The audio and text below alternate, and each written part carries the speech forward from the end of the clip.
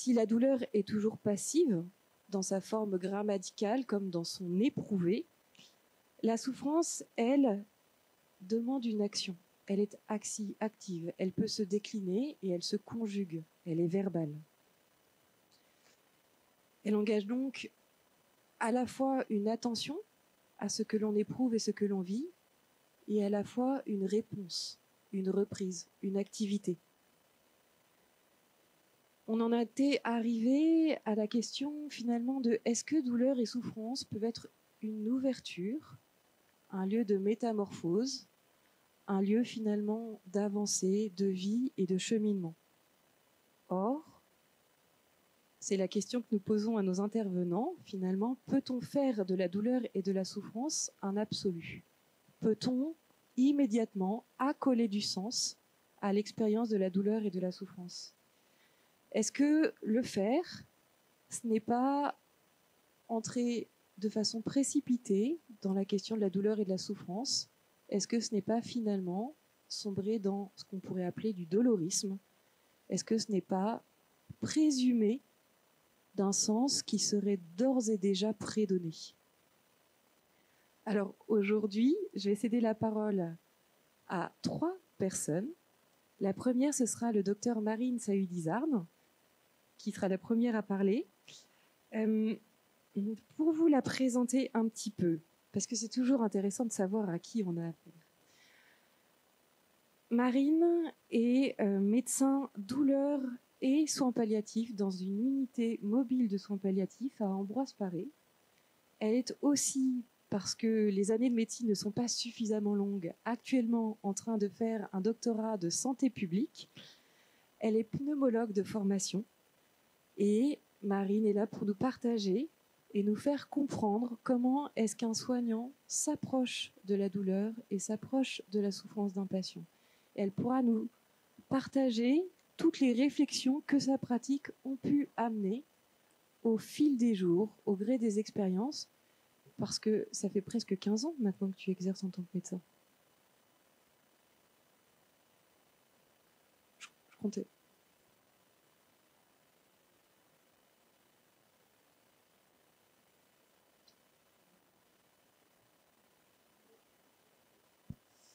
Je suis pneumologue effectif ayant fini mon internat depuis 2011 à l'équipe mobile de soins palliatifs d'Ambroise-Paré depuis 2015 et responsable de l'équipe depuis 2020. Vous aurez l'expérience et la prudence dans les paroles de Marine. Puis, second temps, nous aurons les psychologues qui viendront nous éclairer sur la question de la douleur et de la souffrance qui se décline dans la psyché. Et ici, face à la souffrance, que signifie le soin? Comment soigner? Comment accompagner? Comment permettre à la personne de pouvoir justement répondre? Et quoi répondre? Que répondre? Et donc nous avons la chance d'avoir Charlotte Gauthier avec nous, qui elle est psychologue en service aussi d'unité de soins palliatifs, mais au centre hospitalier Sud-Seine-et-Marne, et qui est aussi formatrice. Et puis Eugénia Caceres, qui s'excuse de son retard, qui est psychologue, qui a, elle, été psychologue d'abord en réanimation, mais qui a aussi une pratique de supervision, et qui anime des groupes de parole, y compris à Jeanne Garnier. Elle est actuellement à Jeanne Garnier pour achever son groupe de parole avec les soignants. Et donc elle nous rejoint après, et elle vous prie de nous excuser pour son retard. Je vais céder la parole à nos 3 intervenantes, mais je voulais les remercier d'avoir pris rendez-vous avec nous pour venir nous raconter, nous former, nous enseigner, pour que l'on puisse mieux s'approcher peut-être, mieux comprendre certainement ce mystère de la douleur et de la souffrance qui accompagne tous les actes des soignants. Marine, si tu veux bien prendre la suite. Je vous remercie pour votre présence. Quelques visages connus. Je vous remercie d'être là. Alors moi, tout d'abord, ma première réaction face au titre quand Blandine m'a demandé « Est-ce que tu peux intervenir ?» Le titre du séminaire sera « Douleur et souffrance en absolu ». J'ai bondi sur ma chaise. Je passe mes journées depuis 8 ans à essayer de soulager, d'accompagner la douleur. Et pour moi, évidemment, ma première réaction à chaud était de dire mais comment peut-on écrire un truc pareil sur le titre d'un séminaire à l'ICP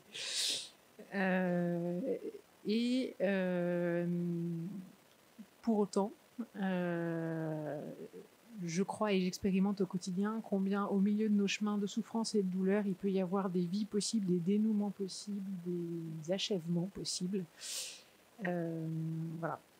Alors, je suis ni philosophe, ni théologienne, je suis clinicienne. Et c'est de cette place-là que je vous parle aujourd'hui. Au début, je me suis dit qu'il fallait que je lise beaucoup de Ricoeur pour préparer cette intervention. Puis je me suis dit, maintenant, en fait, c'est pas ça dont ils ont besoin. C'est d'une expérience quotidienne vécue au chevet des passions.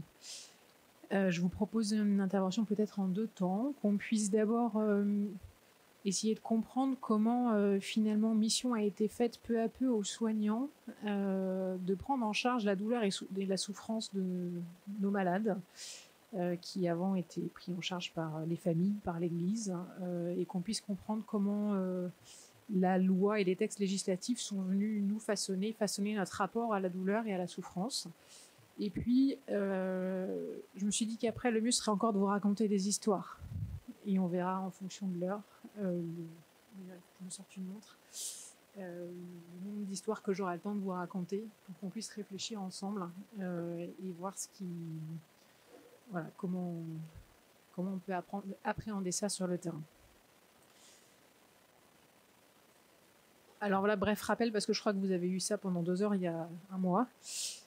Douleur et souffrance, la même chose. Alors si la douleur a une définition médicale officielle qui existe depuis 1986, c'est plus compliqué pour la souffrance. Donc la douleur, selon les médecins, est une expérience sensorielle et émotionnelle désagréable associée à une lésion tissulaire réelle ou potentielle ou décrite dans des termes évoquant une lésion.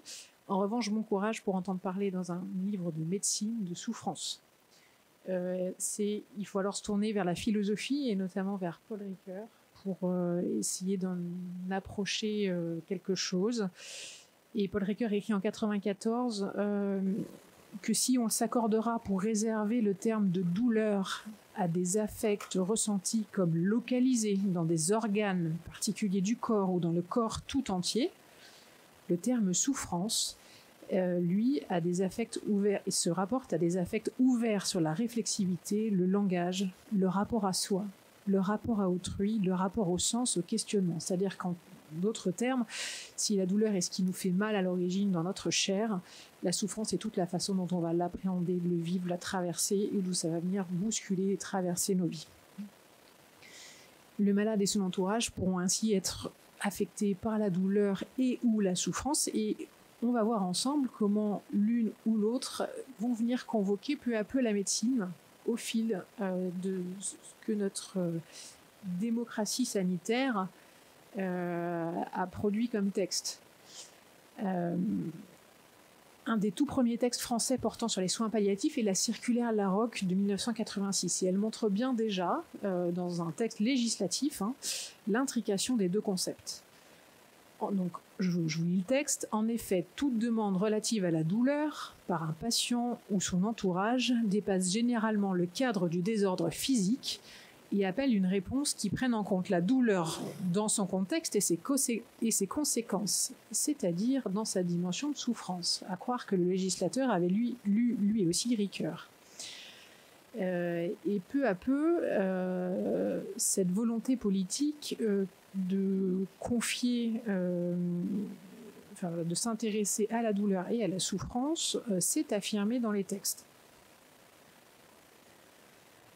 On voit apparaître sur la loi du 9 juin 1999, c'est une loi qui vise à garantir l'accès aux soins palliatifs. Dans l'article 1er, les soins palliatifs visent à soulager la douleur et à apaiser la souffrance psychique. Cette première loi amène dans l'appareil législatif la garantie théorique d'un accès aux soins palliatifs, dont on sait encore que même en 2023, même 2024 maintenant, ce n'est pas encore une évidence pratique sur tout le territoire. La loi du 4 mars 2002 relative aux droits des malades et à la qualité du système de santé, donc dite la loi Kouchner, parle également de la douleur. Toute personne a le droit de recevoir des soins visant à soulager sa douleur. Celle-ci doit être en toutes circonstances prévenue, évaluée, prise en compte et traitée. Et on a de cette loi découlent des obligations de qualité. Alors je suis un peu biaisée, notre hôpital est en pleine certification cette semaine, ce qui implique que jusqu'à 48 heures, j'étais pas encore sûre de pouvoir assurer l'intervention. Et donc dans la certification de l'hôpital, maintenant, on nous demande de rendre des comptes sur la façon dont on évalue, dont on prend en charge la douleur, dont on la suit et dont on la traite correctement. Cet article de la loi Kouchner a été complété en 2005 par la loi Leonetti, loi bien connue, qui est, je pense, une des plus belles lois françaises, de notre santé française, de la façon suivante. Si le médecin constate qu'il ne peut soulager la souffrance d'une personne, donc cette fois c'est la souffrance qui apparaît, en phase avancée ou terminale d'une affection grave et incurable, et je vous lis la suite. Donc s'il constate qu'il ne peut soulager la souffrance qu'en lui appliquant un traitement qui peut avoir pour effet secondaire d'abréger sa vie, il doit en informer le malade, la personne de confiance, la famille ou à défaut un des proches. La procédure suivie est inscrite au dossier médical. C'est une révolution pour les médecins,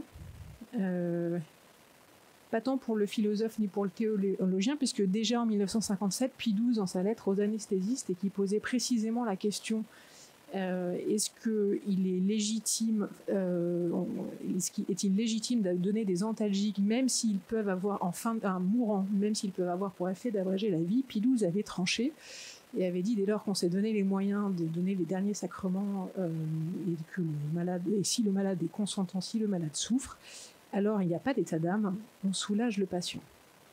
Et donc là, ça apparaît dans la loi française et ça protège le médecin, s'il avait des scrupules, d'une éventuelle intervention judiciaire à son encontre, et ça le libère pour soulager la personne. Il faut savoir qu'en pratique, correctement titrés, correctement administrés, les traitements antalgiques, sédatifs en fin de vie, en réalité, n'abrègent pas la vie des patients. C'est-à-dire que c'est une sécurité théorique. La médecine qu'on pratique au quotidien, en réalité, on a très peu de cas de double effet. C'est exceptionnel. Cette loi Leonetti, elle dit quelque chose de très très fort. Elle dit, alors je reprends les termes de Jean Leonetti que j'ai entendu en conférence, elle dit deux choses. Elle dit, elle interdit l'acharnement thérapeutique dans un autre article. Donc elle dit, je ne te prolongerai pas inutilement. Et elle dit autre chose, je ne te laisserai pas tomber. Quoi qu'il arrive, je ne te laisserai pas tomber. Et moi, c'est sur cette loi, avec mes termes à moi, en général, je m'engage auprès des patients et je leur dis, il n'y a pas de limite à ce que je puisse faire pour vous soulager. Je ne vous laisserai pas souffrir, il n'y a pas de limite à ce que je puisse faire pour vous soulager. Et ça, c'est quelque chose de très libérant pour le médecin comme pour le patient.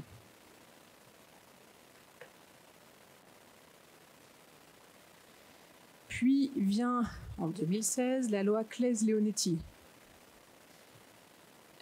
Petite révolution copernicienne, puisque là, cette fois, il est écrit à la demande du patient d'éviter toute souffrance et de ne pas subir d'obstination déraisonnable, une sédation profonde et continue provoquant une altération de la conscience maintenue jusqu'au décès, etc., est possible.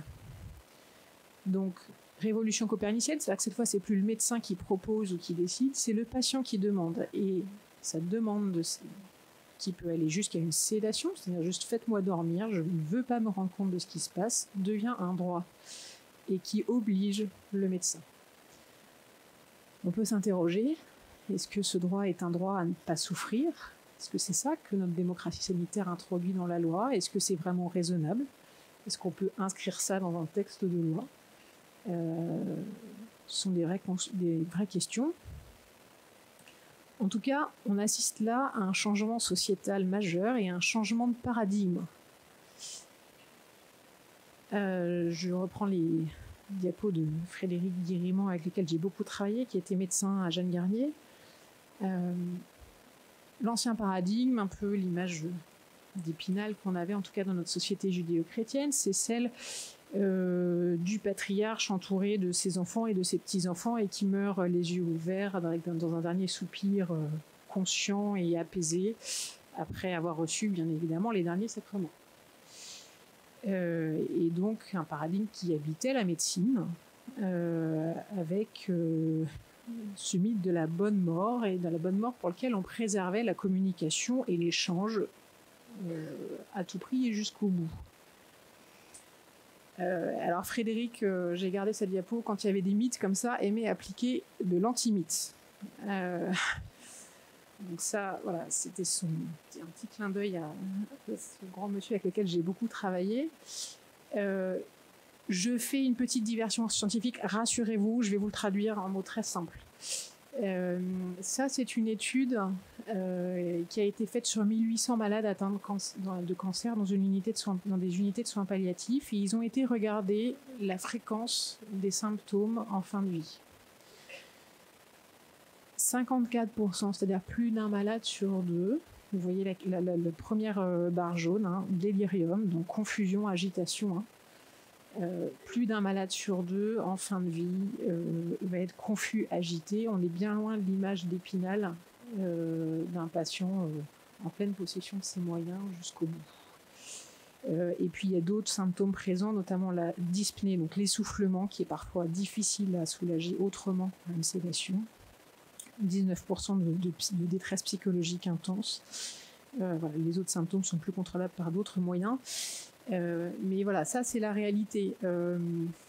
Et donc, face à ce qui fait un peu exploser ce paradigme, cette vision idéalisée de la bonne mort, et qui aboutit à ce que la loi 2016 amène, ce qui est un nouveau paradigme face à la souffrance, on va privilégier l'apaisement, même au prix d'une altération de la conscience. C'est ça que la loi de 2016 a amené. Toute personne a le droit d'avoir une fin digne et accompagnée du meilleur apaisement possible de la souffrance. Les professionnels de santé mettent en œuvre tous les moyens à leur disposition pour que ce droit soit respecté. Alors, je vous rassure, c'est la dernière diapo de ce genre. Voilà, autre petit détour scientifique.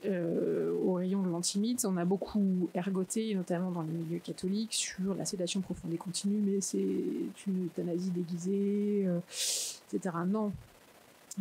Ça, c'est une étude internationale, donc une revue internationale, donc qui, vous voyez à gauche les titres des différentes publications qui ont été étudiées. Colonne de gauche, les patients sédatés, combien de jours ils survivent. Colonne de droite, les patients non sédatés.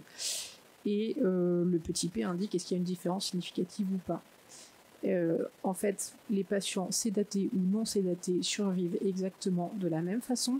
Et la seule étude positive, donc l'avant-dernière ligne Mercadante, avec un petit p à 0,03, montre que les patients sédatés vivent plus longtemps que les autres. Et en réanimation, si on sédate les patients, c'est aussi parce que ça met l'organisme au repos, que ça préserve les fonctions vitales, et donc c'est pas du tout incohérent d'un point de vue scientifique. En dessous, écrit à la main, les chiffres de la maison médicale Jeanne Garnier qui s'est amusée à faire la même chose chez eux. C'est pareil, un patient sédaté, 16 jours, 11 jours de survie chez les patients non sédatés. Donc la loi Claes-Leonetti n'est pas une loi qui favorise l'euthanasie déguisée. C'est une loi qui le vrai enjeu, c'est pas la mort du patient, c'est l'altération de la conscience et de la vigilance.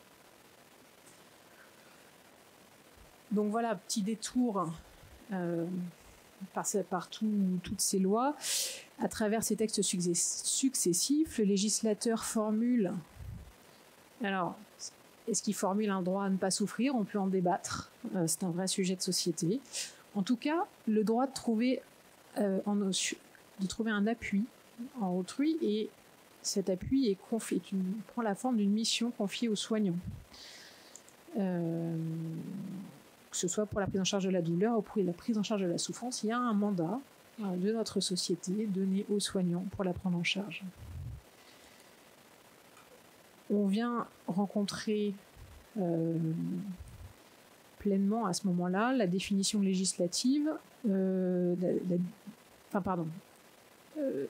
la définition des soins palliatifs selon la Société française de soins palliatifs et d'accompagnement, qui dit que les soins palliatifs ont pour objectif de soulager les douleurs physiques ainsi que les autres symptômes et de prendre en compte la souffrance psychologique, sociale et spirituelle. C'est-à-dire que les soins palliatifs se sont appropriés ce mandat qui leur a été confié, de venir prendre en charge non seulement la douleur, mais la souffrance dans toutes ses dimensions, avec une vision très globale des patients. Moi, je dis souvent aux gens, je ne m'occupe pas de votre cancer, je m'occupe de la personne qui est autour. Des termes un petit peu provoques, mais qui les fait réagir. Et de son entourage aussi, parce qu'on sait que la maladie de l'un vient percuter de plein fouet toute la famille. Et donc on est là pour les patients et pour les proches.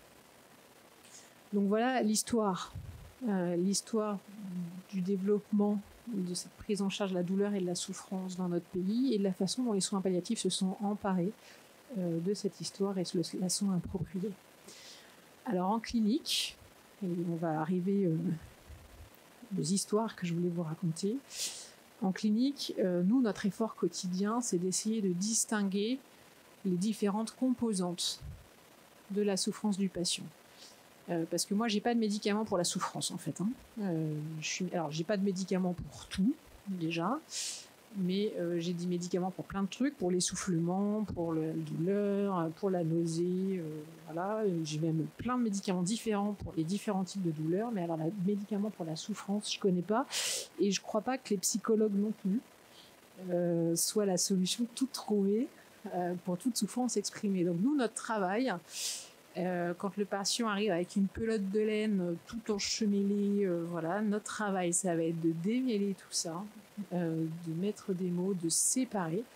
Et j'aime beaucoup, moi, les textes de la Genèse, quand le Seigneur sépare la terre du ciel et fait sortir du chaos la création. Et ben, on a un travail de recréation des patients avec eux pour faire émerger quelque chose de tout ce magma avec lequel ils arrivent.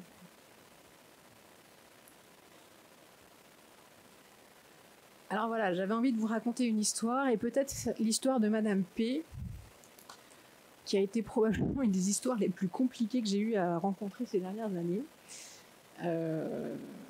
Et vous allez voir comme quoi elle n'a pas de solution toute prête. Donc Madame P avait 69 ans, elle avait une tumeur du pied droit, qui avait déjà envahi les ganglions au niveau de la racine de la cuisse. Voilà. Et cette tumeur est survenue sur une brûlure, comme ça peut arriver, une brûlure ancienne qu'elle avait eue dans l'enfance, avec un pied qui était un peu déformé depuis qu'elle était toute petite, à cause de cette brûlure. Elle vit avec son mari, elle a une fille qui est très présente, un petit-fils de 27 ans, elle était femme de ménage. Donc un milieu très simple, mais ils sont très faciles d'accès, très agréables. Elle est portugaise, donc parfois il y a une petite barrière de la langue, mais enfin elle parle quand même que très bien le français. Les oncodermatologues nous disent on va faire de l'immunothérapie, on s'attend à ce que ça réponde, il y a 40% de chances qu'elle réponde super bien, elle va peut-être quasiment guérir de son cancer, même si c'est déjà un peu avancé. Et en tout cas, elle n'a aucune atteinte menaçante de son cancer. C'est-à-dire que je n'ai aucune raison de penser qu'elle va décéder de son cancer dans les prochaines semaines ou dans les prochains mois. Le problème de Madame P, c'est quand je la rencontre, c'est qu'elle est en position fétale dans son lit avec des douleurs très intenses sur son pied droit. Bon, on y va tranquille, on se dit qu'on sait faire. On lui met de la morphine, la dose habituelle, on ajuste les doses comme on fait habituellement.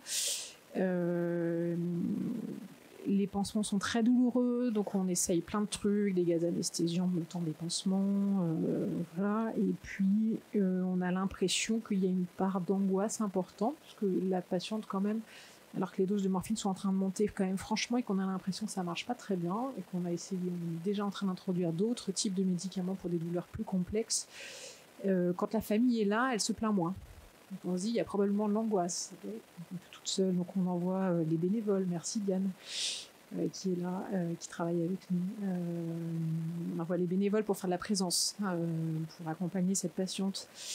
Et puis, pour les pansements, on finit par mettre des doses de sédatifs, c'est-à-dire qu'on la sédate le temps des pansements, pour que ce soit supportable. Je tente une séance d'hypnose, ça marche pas, je me plante allègrement. Et puis, les médicaments deviennent à des doses telles qu'on est un peu limite en train de discuter une sédation quasi continue, en fait, pour la soulager. Donc là, on a un vrai problème. On retourne voir les oncologues, on leur dit écoutez les amis, nous on s'en sort pas, est-ce qu'il ne faut pas qu'on discute d'une amputation? Choix un peu radical, mais je vous rappelle que la patiente était censée survivre à son cancer, en tout cas avec un pronostic plutôt favorable. Et les oncologues nous disent non, l'immunothérapie va marcher, pas d'amputation, on essaye de passer le cap. Bon, si vraiment vous n'en sortez pas, vous revenez nous voir, mais en gros, démerdez-vous. Bon, qu'à cela ne tienne. On essaye d'être inventif, on va chercher un anesthésiste qui lui fait une technique assez pointue d'anesthésie loco-régionale à demeure, donc les méthodes qu'on utilise au bloc opératoire pour opérer les gens, avec un cathéter qui est placé exactement à un endroit très précis près du nerf et qui diffuse des produits anesthésistes en continu. Et puis même avec cette méthode qui était censée normalement lui apporter un soulagement total, la patiente continue à se plaindre. On ne s'en sort pas, on se dit qu'il y a quelque chose qu'on rate. L'équipe soignante de dermatologie s'épuise, les soins sont très très lourds, et on décide de passer la main à nos copains de l'unité de soins palliatifs de Sainte-Péry, qui fait un seul service avec eux. On va faire nos gardes là-bas, et donc on travaille très bien avec eux, et on leur envoie la patiente pour un séjour de répit. En USP, la dame se surdose en produits anesthésiques. L'anesthésiste nous dit oh là là, il faut tout arrêter, c'est trop dangereux, il y a des risques vitaux. Et en fait, la dame a tellement mal qu'elle ne s'alimente quasiment plus. Elle apparaissent des escarres. Et la situation commence à devenir critique. On arrive à obtenir l'antalgique au prix de sédations qui deviennent de plus en plus prolongées. Et là, on s'assied tous autour de la table avec un téléphone entre les deux sites, entre Ambroise Paré et Sainte-Péry, et on se demande mais comment va-t-on sortir de ce bazar? On discute d'une autre technique un peu compliquée d'analgésie, mais avec un cathéter d'anesthésie du type un peu péridural à demeure, mais qui avait peu de chances de marcher. On rediscute de l'amputation à visée antalgique pour sauver la vie de la dame. La dame va mourir de nos médicaments, en fait, de sa douleur et de nos médicaments, même pas de son cancer.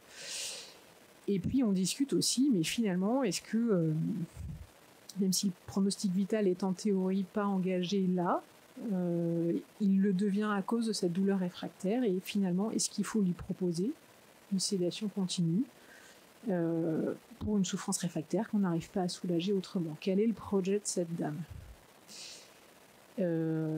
J'ai oublié de vous dire qu'évidemment, on a essayé de discuter à nombreuses reprises avec la patiente quand même, parce que là, je vous parle de sa douleur, je ne vous ai pas parlé de la patiente. On a beaucoup échangé avec elle, et elle nous disait pas grand-chose. Quelqu'un d'assez simple, et qui ne verbalisait pas de souhait particulier, si ce n'est celui de ne plus avoir mal, qui avait dit une fois à sa fille, il faut peut-être mieux me couper la jambe, mais une seule fois. Et donc on envoie le médecin de garde, on était vendredi pour sa discussion, on envoie le médecin de garde du week-end avec comme mission de rencontrer la famille et de rediscuter de l'amputation à visée antalgique pour sauver cette patiente sur le week-end. Et là, alors que ça fait quasiment 6 semaines qu'on l'accompagne et qu'on voit la famille plusieurs fois par semaine, etc., sort enfin la vraie histoire de ce pied et la vraie histoire de cette dame. Et sa fille nous raconte que quand cette patiente avait 18 mois, elle a été confiée par ses grands-parents à la garde de son grand frère de 3 ans et laissée le temps d'un après-midi toute seule. Et que une grande marmite d'eau bouillante, et ils ont alors fait renverser une grande marmite d'eau bouillante sur le pied de cette patiente. Et que cette brûlure qu'elle avait avec ses séquelles sur le pied remonte à là. Et il y a eu à ce moment-là tellement de culpabilité de la part des parents et des grands-parents que rien n'a pu être dit, qu'ils n'ont pas emmené l'enfant à l'hôpital de peur qu'on leur retire la garde. Et que on a surtout dit il faut rien dire sur cette brûlure, rien dire de ce pied, rien dire de la souffrance de cet enfant. Alors évidemment, là, les psychologues s'agitent. Les psychologues commencent à frémir là. Voilà. Que veut nous dire cette dame dans cette souffrance qui ne peut être tue, qui n'arrive pas à se dire par des mots, qui s'exprime par une souffrance et qui est une souffrance qui est en train de la faire mourir. Voilà, et donc on commence à réfléchir un petit peu, qu'est-ce que cette patiente essaye de nous dire en ayant mal à ce point. Pendant le week-end, la patiente a une recrudescence douloureuse majeure à tel point que le médecin de garde est obligé de la sédater quasiment en continu. Et lundi matin, 8h, en arrivant à l'hôpital, je discute avec mon chef de service et on décide de demander une amputation en urgence pour sauver la patiente. La patiente est décédée une demi-heure plus tard. Voilà Madame P, qui nous a beaucoup préoccupés. Alors, elle me pose plein de questions, plein de questions non résolues. Et je crois que ça, c'est une des premières leçons, c'est-à-dire que face à la douleur et à la souffrance, on est là pour ouvrir des questionnements plus que pour apporter des réponses. En tout cas, ça, c'est mon expérience pratique. Les questionnements, c'est qu'en médecine palliative, on est souvent dans une balance entre le soulagement et le maintien de la vigilance. Et là, dans ce cas extrême, on était dans une balance difficile entre soulagement et survie. Que parfois, la douleur, ce qui prend l'apparence d'une douleur physique, peut en réalité être beaucoup plus compliqué que ça. C'est-à-dire que là, il y avait, effectivement, madame disait j'ai mal, et on avait une lésion objective du pied, donc on aurait pu se dire c'est c'est une douleur classique. Mais là, il y avait de la douleur, de l'angoisse, de la souffrance certainement. Il y avait tout ce passé, toute cette histoire qui probablement se rejouait autour de cette douleur du pied. Et en tout cas, chez cette patiente, la douleur alimentait la souffrance et la souffrance probablement alimentait la douleur. C'est-à-dire que pour soulager l'un, il fallait qu'on démêle toute la pelote de laine en même temps.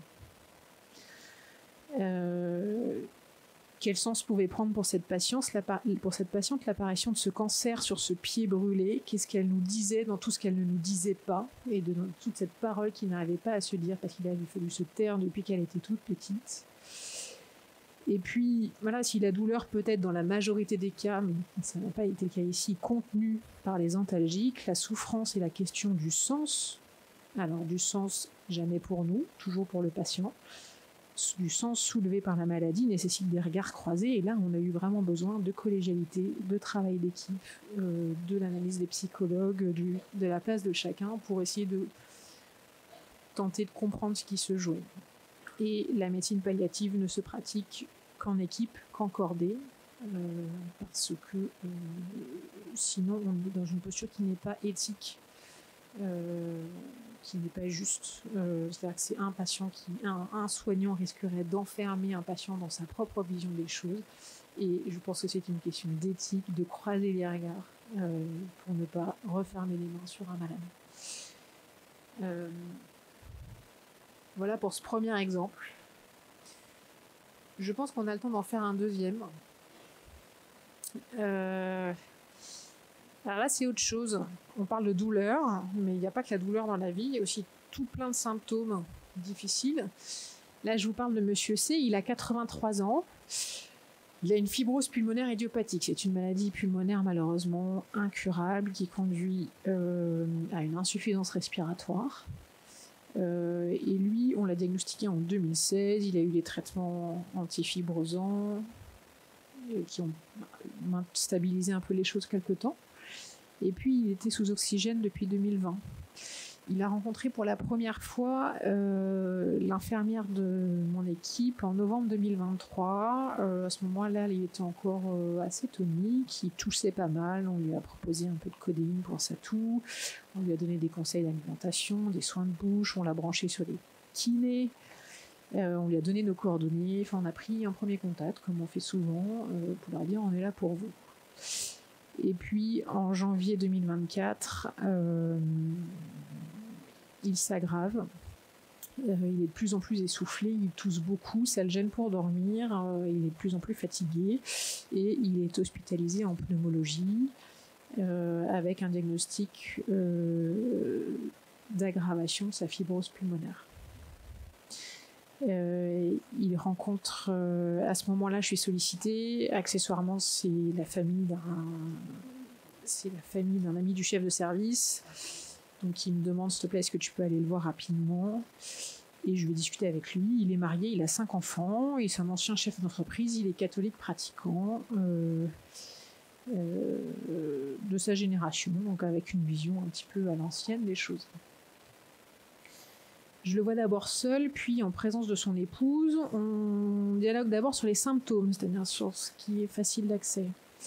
La toux, l'essoufflement, le manque d'appétit, les douleurs quand il tousse, et je lui propose ce que je peux lui proposer déjà pour soulager ses symptômes, sa douleur. Et puis, mon truc à moi souvent, c'est de leur parler du sommeil, ce qui permet de parler des angoisses, des cauchemars et du moral. Et donc c'est ma façon de glisser gentiment le terrain pour passer doucement des symptômes à quelque chose d'un petit peu plus large. Et donc on discute sur ses goûts. Il adore jardiner, mais ça devient quand même de plus en plus difficile. Sur sa famille, il m'exprime son ambivalence entre l'envie qu'il soit présent puis l'envie de ne pas peser sur eux, quelque chose qu'on entend beaucoup dans la bouche des patients. Et ça nous permet finalement peu à peu d'aborder les questions de fond. Alors quand en général je laisse venir le patient, et quand commencent à arriver les vraies questions du mais qu'est-ce qu'on va faire si ça va pas, il commence à vouloir faire sortir son épouse, qui me semblait tout à fait adaptée et tout à fait apte à comprendre, et il me semblait que c'était important qu'elle soit là. Et donc comme il n'était pas dénué d'humour, je l'ai pris comme ça en lui disant que c'était pas après 60 ans de mariage qu'il allait la dégager maintenant, et que donc c'était bien qu'elle reste. Il s'est marié un bon coup, et elle est restée. À ce moment-là, il m'a dit à quel point il se sentait angoissé de mourir étouffé, angoissé de souffrir, et on a pu aborder les questions sur la fin de vie. Donc je leur dis souvent, moi, une image qui les rassure. Je leur dis que c'est pas quand on part se promener que le ciel est couvert, on peut prendre un parapluie dans son sac, c'est pas pour ça que ça fait venir l'orage. Jamais fait venir la pluie, mais pour autant on peut prendre un parapluie dans son sac. Et donc là, je me dis mais et si on parlait de ce qui pourrait se passer, de ce qu'on pourrait faire si l'orage éclatait. On discute pour la première fois avec lui de la possibilité de l'endormir si l'essoufflement devenait trop insupportable. Il me dit ni oui ni non. Il pleure, et quand je lui demande qu'est-ce qu'elle veut dire ces larmes, elle me dit je suis soulagée.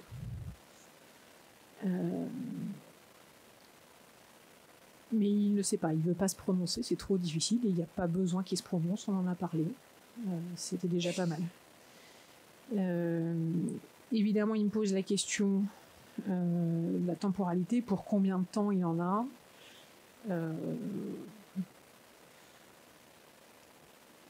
Je m'en suis sortie avec une pirouette, donc s'il avait une boule de cristal à m'offrir, ça m'arrangerait pour bien des patients. Et en lui disant plus sérieusement que je ne savais pas. Mais il avait été un peu inquiété par ma proposition de rencontrer l'aumônier et de recevoir le sacrement des malades, comme beaucoup de personnes de cette génération-là, pour qui recevoir le sacrement des malades, c'est que les carottes sont cuites de façon très imminente. Donc il était un petit peu inquiet. On se quitte sur une proposition concrète, c'est-à-dire que quand on aborde des discussions aussi difficiles que celle-là, il faut quelque chose de très contenant pour les patients, quelque chose qui les rassure, et donc je lui fais un plan d'action.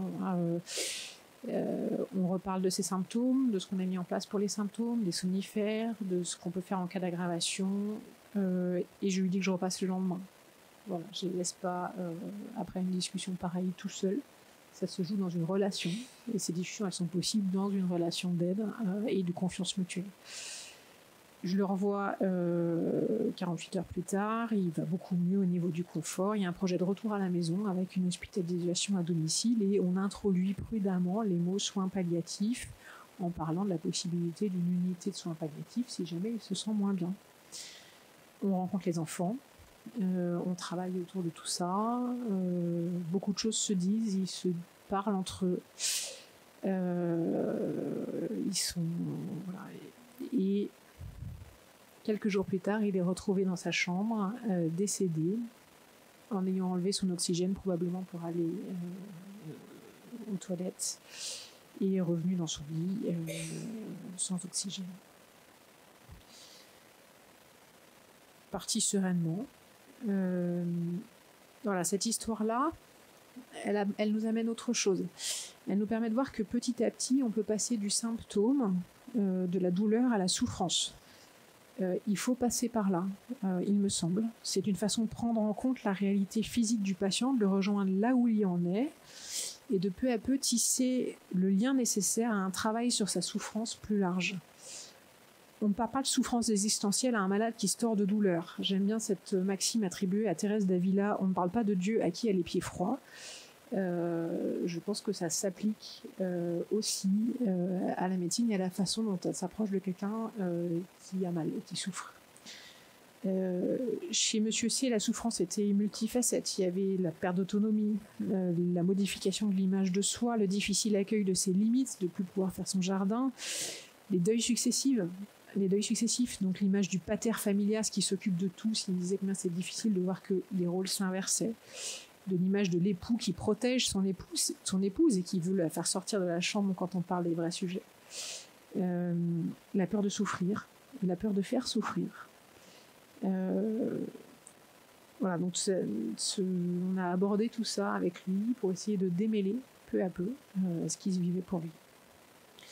Une dernière chose pour illustrer ce cas, c'est que ce cas illustre, c'est que il est important, et dans notre accompagnement, on essaye toujours que la famille et le patient soient raccords. Alors, ils ne peuvent pas l'être toujours. Parfois, ils ne sont pas au même rythme. On ne peut pas imaginer que un couple soit parfaitement à l'unisson dans la façon dont il chemine avec la maladie. Si on est obligé de les voir séparément parce qu'ils sont sur des rythmes trop différents et qu'ils ont besoin de réponses différentes, ce qu'on fait nous souvent, c'est qu'on reprend après, on les remet ensemble dans la chambre et on reprend les éléments qu'on a dit à l'un et à l'autre communs pour qu'ils aient une base de dialogue commune, pour pouvoir se parler. Voilà, et puis il va être temps pour moi de m'arrêter. Alors, je vais conclure. Donc voilà, en conclusion, avec ces deux histoires-là, la souffrance et le symptôme convoquent la compétence du soignant avant toute chose. Donc, avant toute chose, essayer de soulager. La douleur, ce que je dis souvent aux patients, la douleur en tant que telle n'a aucun bénéfice.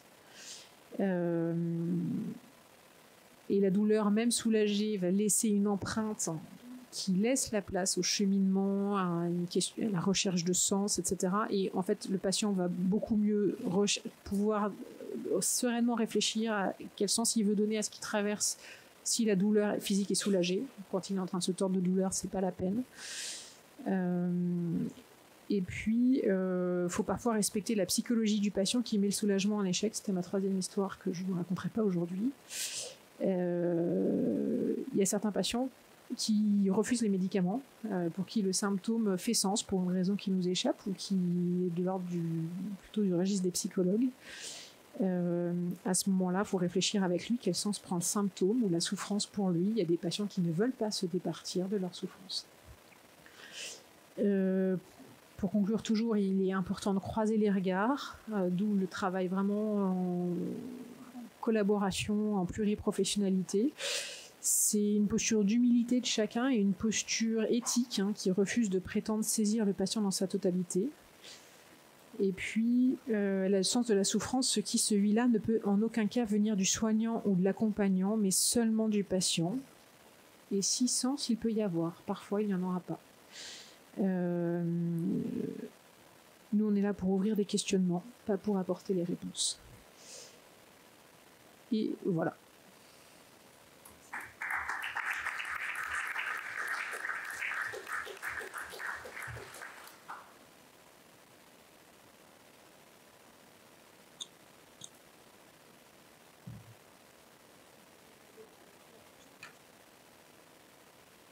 là c'est mieux. Je vais prendre la première question, puis après je vais faire circuler le micro. C'est 2 questions en une en fait. La première c'est pourquoi et comment est-ce que tu peux être aussi affirmative dans la question du sens quand tu dis, ce qui est très beau, mais que tu pourrais peut-être développer un peu plus si tu veux bien. La question du sens n'est jamais pour nous, toujours pour le patient. Ça, c'est ma première question. Je trouve que c'est un positionnement qui dit beaucoup et qui gagnerait à être développé, en tout cas pour nous. Et la deuxième question, c'est cette recherche du soulagement signifie que tu cherches et que toute équipe soignante cherche quelque chose. Elle essaye de permettre au patient d'être disponible pour quelque chose. Et la question, c'est, au fond, qu'est-ce que c'est que ce quelque chose ? Je commence par la deuxième question qui est bien plus simple que la première. Ce quelque chose, je le verrais comme la reconstitution d'un fil rouge qui serait le fil de vie du patient. Dans sa vie, le patient s'est construit avec des représentations, un système de valeurs qui lui est propre, des choses qui lui sont chères, et que la maladie est venue percuter, faire voler en éclats. Il y a plein de choses qui ne sont plus possibles, plein de choses qui sont remises en question. Mon travail à moi, il me semble, c'est de lui permettre de retrouver le fil rouge de son existence et de lui montrer que son système de valeurs, ce qu'il aime, ce qu'il apprécie, et en général, en fait, on va retrouver le lien avec les proches, l'amour. Alors après, il y a des vies très fracassées aussi, mais je n'ai pas trouvé de vie qui soit finalement dénuée complètement de don de soi ou de lien, de quelque chose de positif sur lequel on peut s'appuyer. Et que ce quelque chose, il peut continuer à le vivre même en étant malade. J'essaye d'aider les gens à retrouver le fil de leur vie et à leur montrer qu'ils peuvent continuer à le vivre, mais de façon différente et transformée. Alors évidemment, ça fait une transition parfaite pour la première question. Ça veut dire aussi que nous, on a une petite idée de ce qui peut faire sens pour le patient quand on l'écoute parler. On est là pour être des miroirs, c'est-à-dire qu'on est là pour renvoyer au patient l'image de ce qu'il nous dit, mais on est des miroirs intelligents et réfléchis, mais ça, je pense que les psychologues en parleront beaucoup mieux que moi. C'est-à-dire qu'on entend les choses, on ressent les choses et on a évidemment nous-mêmes une perception du système de valeurs du patient, de ce qui peut faire sens pour lui. Mais si c'est nous qui le lui amenons et qui le lui plaquons, ça passera pas. Il va falloir qu'il le découvre lui-même. Mais ça, c'est du boulot de psy.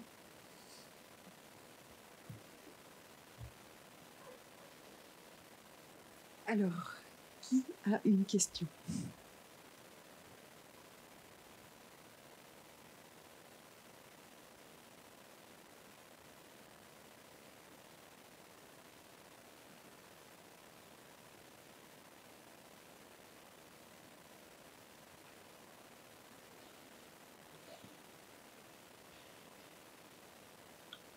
Vous avez présenté 2 cas de personnes de plus de 60 ans, 80 ans.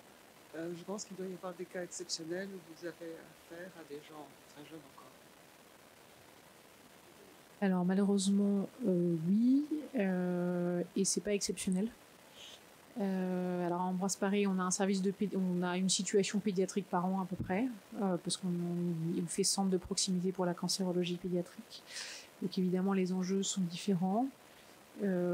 Pour un jeune ado, pour un jeune enfant, l'idée est de lui permettre de vivre sa vie d'ado, d'enfant le plus longtemps possible, de privilégier les liens. Je me souviens de cet ado de 17 ans qui était décédé en plein Covid et qui a fait une pizza party la veille de son décès avec 12 copains en visio dans sa chambre. Et c'est un souvenir génial pour toute l'équipe. Et ça me fait penser à cette phrase attribuée à Saint-Louis de Gonzague à qui on demandait mais que ferais-tu si tu savais que tu devais décéder quand tu étais jeune, que si tu devais mourir, la fin du monde venait dans une demi-heure, et il dit moi je continuerai à jouer au ballon. Avec les enfants, c'est un peu ça qu'on vit. L'idée c'est de leur permettre d'être enfants jusqu'au bout. Et on a beaucoup, notamment dermatologie, de jeunes malades avec des enfants en bas âge. Là, on en a 4 en même temps là, en ce moment, donc c'est un petit peu lourd. Évidemment, c'est différent. L'idée, c'est de leur permettre de garder les liens le plus longtemps possible. On accompagne les enfants aussi beaucoup dans les annonces, dans l'accompagnement autour du décès, aller voir, s'ils le souhaitent, le corps de leurs parents décédés, dire au revoir. On essaie de simplifier tout ce qui va être les étapes du deuil après. On a une histoire bouleversante dont on reparlait encore il y a quelques jours d'une jeune femme de 35 ans qui avait 3 tout petits, un petit bébé de 10 mois et qui, pendant tout son accompagnement, a écrit un livre pour ses enfants, une très belle histoire à lire. Alors la famille nous a même demandé d'écrire une lettre pour les enfants pour leur raconter comment avait été leur maman. Voilà, donc c'est des accompagnements un peu hors normes, hein. On pousse les murs aussi intérieurs parce qu'il y a des choses qui nous permettent de tenir émotionnellement parlant et que parfois on est un peu malmené. Donc voilà, c'est pour ça qu'on est en équipe, on fait ça en cordée. Mais la question reste la même, c'est-à-dire leur permettre de vivre ce qu'ils ont à vivre jusqu'au bout. Quand il y a des jeunes parents, ils sont jeunes parents jusqu'au bout, quoi.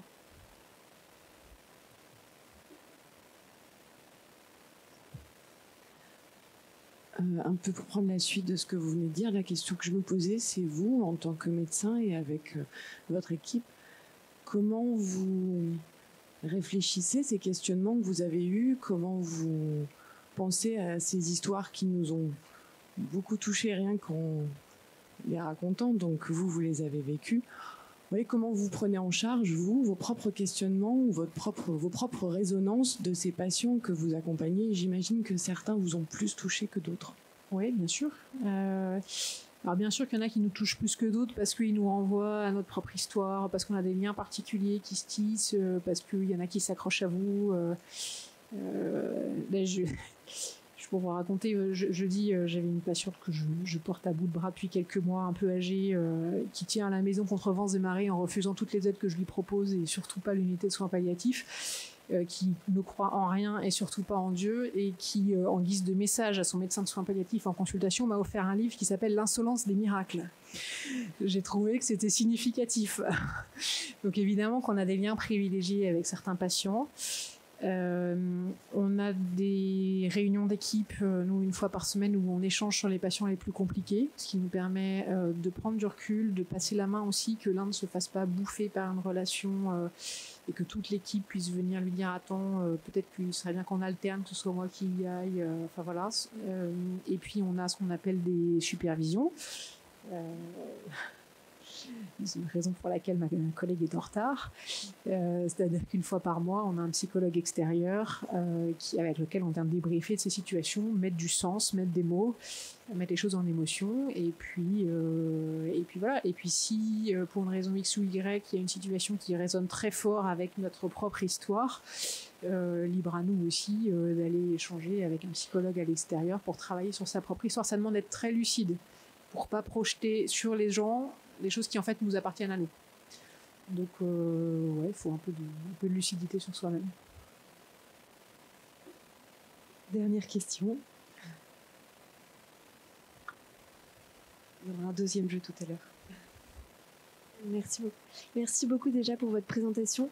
En fait, du coup, je suis jeune étudiante en psychologie et en fait, voir une personne qui a votre expérience et qui dit qu'on est là pour ouvrir le questionnement et pas apporter des réponses, c'est vrai que je trouve ça un peu angoissant parce que j'ai l'impression qu'on doit éclairer le patient mais qu'on ne sait même pas où on l'amène. Et du coup, je voulais savoir si chacun de vos cas était unique en fait pour les aider dans leur douleur ou si, comment en fait, comment vous faites? Alors, chaque cas est unique, ça c'est sûr. Tu réinventes tout à chaque fois. Après, il y a des choses un peu objectives où tu sais il y a aussi des fois où tu amènes les gens là où tu veux qu'ils aillent. Je pense notamment à la situation des parents avec jeunes enfants qu'on a très régulièrement en Ambroise-Paré. Quand un patient risque de faire des symptômes brutaux à la maison, impressionnants pour les enfants, etc., En toute fin de vie, il m'arrive d'être assez directive avec les malades et de dire là c'est l'unité de soins palliatifs, c'est pas la maison, parce que le SAMU qui débarque en catastrophe, ou l'HAD, l'hospitalisation à domicile qui intervient en urgence à la maison avec tous les enfants autour parqués dans leur chambre et papa qui est en train de mourir dans sa chambre, c'est pas très cool. Donc il y a des moments où on sait et des moments où on prend la main et on est directif. Il y a des moments aussi où on peut décider, comme tu es étudiante en psychologie, en équipe, pour des raisons exceptionnelles, de forcer un mécanisme de défense. J'ai le souvenir d'une jeune maman avec une petite fille de 8 ans qui n'avait rien prévu pour la garde de sa fille après son décès. Les choses commençaient à s'aggraver franchement. La dame était dans le déni. On ne fait jamais ça, mais parfois on le fait quand même. On a dû forcer les choses pour qu'elle s'occupe pour qu'avec elle on puisse s'occuper de ça et à qui irait sa fille après. Donc il y a des fois où tu sais quand même, mais tu le fais en équipe. Mais après, la question du sens, etc. Mon troisième cas clinique, je ne vais pas rentrer dans le détail, mais c'est un couple de psychiatres, l'horreur. Prendre en charge un médecin, l'enfer. Prendre en charge un psychiatre, l'horreur. Et un psychiatre qui veut rien et qui s'auto-prescrit les antidépresseurs. Tu lui donnes un demi-milligramme de morphine, même un bébé ça lui ferait pas de mal, il te fait tous les effets secondaires de la terre pendant 15 jours. Lui tu vas bidouiller quoi. Tu inventes à chaque fois avec chaque patient, mais on invente à plusieurs. Merci beaucoup Marine. Charlotte et Eugénia, merci beaucoup d'être là toutes les deux. On va vous céder la parole. Et après, on reprend ce petit jeu de questions-réponses. Belle main tendue. Je me permets d'ouvrir un peu l'espace, si ça ne vous dérange pas. Et je pense que je vais utiliser l'espace-temps que vous me proposez pour vous appréhender avec vous certains éléments cliniques que ma collègue a brillamment exploité, puisque nous avons eu l'occasion, j'espère que vous m'entendez bien, nous avons eu l'occasion d'utiliser du vocabulaire, des mots extrêmement complexes, extrêmement fins, qui sont ceux des regards croisés, de la proximité, de la relation et de la rencontre. Et j'aimerais qu'on continue à travailler ensemble sur ces concepts fondateurs de la clinique de proximité. Vous voyez, c'est pour ça que je me déplace auprès de vous, parce que la proximité, c'est aussi un ancrage dans le temps, mais aussi dans le corps. Alors, pour commencer, je vous présente un peu le programme de l'intervention. On va partager l'intervention avec ma collègue. Je vais prendre... c'est pas évident pour moi d'entendre ma voix aussi, voilà. Mais en même temps, vous allez avoir du mal à m'entendre au fond de la salle, donc je vais continuer à porter le micro. Mais on va essayer d'entrer dans les méandres de la psyché tous ensemble. Donc je ne vous prends pas en traître, je crois que vous êtes tous là de bon cœur. Hein, vous avez bien conscience de ce qui vous attend. Donc on va aller ensemble questionner l'éveil de la psyché et ses liens, ses intrications avec le corps, puisque c'est bien de ça dont il est question aujourd'hui. Moi, ma dimension va être de reprendre ces éveils que je qualifie aisément de psychosensoriels et de délimitation des possibles. Pourquoi ? Parce que je vais essayer avec vous de continuer à tendre un peu ce fil rouge qui pour moi est une limite. Parce qu'un fil, c'est aussi une limite. C'est un tranchant. Il est important de savoir à quel niveau on se place quant à cette limite. Est-ce qu'on chemine à côté ? Est-ce qu'on la transgresse ? Est-ce qu'on empiète ? Et du coup, sur quelle dimension on empiète ? Tout le fil conducteur de mon intervention va reposer sur la notion des limites. Les limites du corps, les limites de la psyché, et évidemment les limites de la relation et du système d'accompagnement. Alors, je vous propose qu'on passe à la prochaine vignette, et même celle d'après d'ailleurs, celle-ci un peu impressionnante. J'espère que vous goûterez mes choix artistiques auprès de vous. Pas très abstrait, hein, très expressionniste, mais je pense que la douleur est à ce prix, la souffrance est très submersive, elle déborde, elle expose, elle enjoint. au regard. Et donc, ici, nous porterons tous un regard sur cette question à travers le visuel. Alors, on va passer juste à la prochaine. J'aimerais qu'on regarde cette vignette parce qu'elle est très importante pour moi et elle questionne l'éveil de l'humain. L'éveil de l'humain, c'est avant tout une première entrée dans la relation. Je pense qu'on sait à peu près tous où on va, ensemble, dans la vie. Quelles conditions, je ne suis pas sûre qu'on les connaisse très très bien. Mais ce qu'il est important, c'est de comprendre d'où l'on part. Et on part tous, notre premier point d'entrée dans la rencontre, c'est bien la naissance. La naissance. La naissance, pour certains théoriciens, notamment Otto Rank, Freud, pour ne pas le citer, est un premier traumatisme. C'est l'éveil à la conscience de l'angoisse. Une angoisse de séparation. Vous verrez que l'angoisse est le premier aiguillon de la psyché. Elle va se répéter indéfiniment au fil de nos épreuves et de nos rencontres.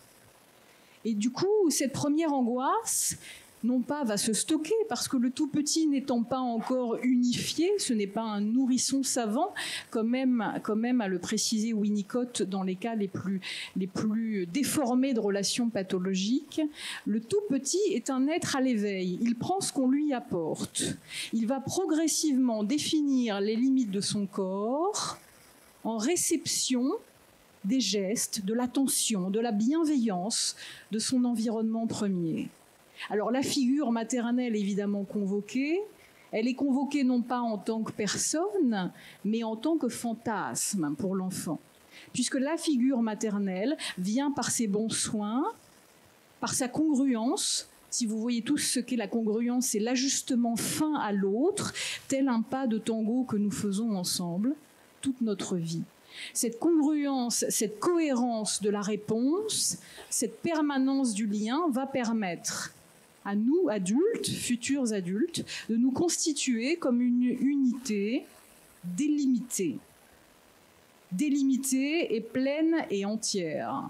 Il y aura d'autres enjeux d'épreuves de séparation et d'angoisse, mais si cette trajectoire se fait à peu près sainement, toutes ces angoisses, ces expériences vont se stocker pour que l'enfant puisse tirer profit des différentes expériences qui s'offrent à lui, y compris parfois des plus douloureuses.